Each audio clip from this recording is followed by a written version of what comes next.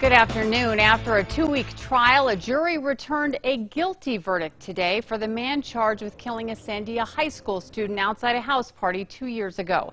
News 13's Jamie Seymour was in the courtroom when the verdict was read. She now joins us live from District Court. Jamie?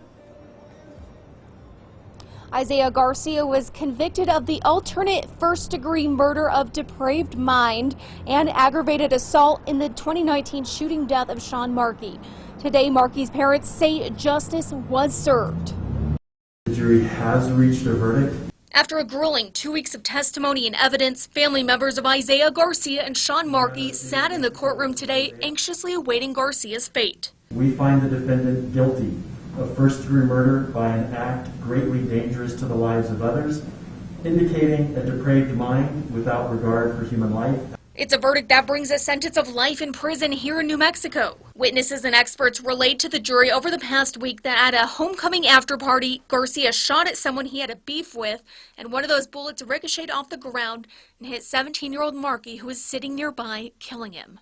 The state says despite some hiccups with the jury, this verdict is a success. Very pleased. At the end of the day, we have him convicted of first-degree murder by a depraved mind, or by an act with a depraved mind. John Duran, who served as prosecutor on behalf of the state, pointed out afterward that this is just one of many similar cases of reckless disregard combined with gun violence in the community. We can't have these kind of acts happening here in New Mexico. It happens way, way too often. Bernalillo County District Attorney Raul Torres agrees and says the next step moving forward is finding out how these teens are getting access to guns and stopping it. I'm frustrated by the fact that we continue to see these types of crimes occurring, and I think more can be done to make sure that kids don't get their hands on these types of guns. Garcia's family and defense lawyers declined to talk on camera.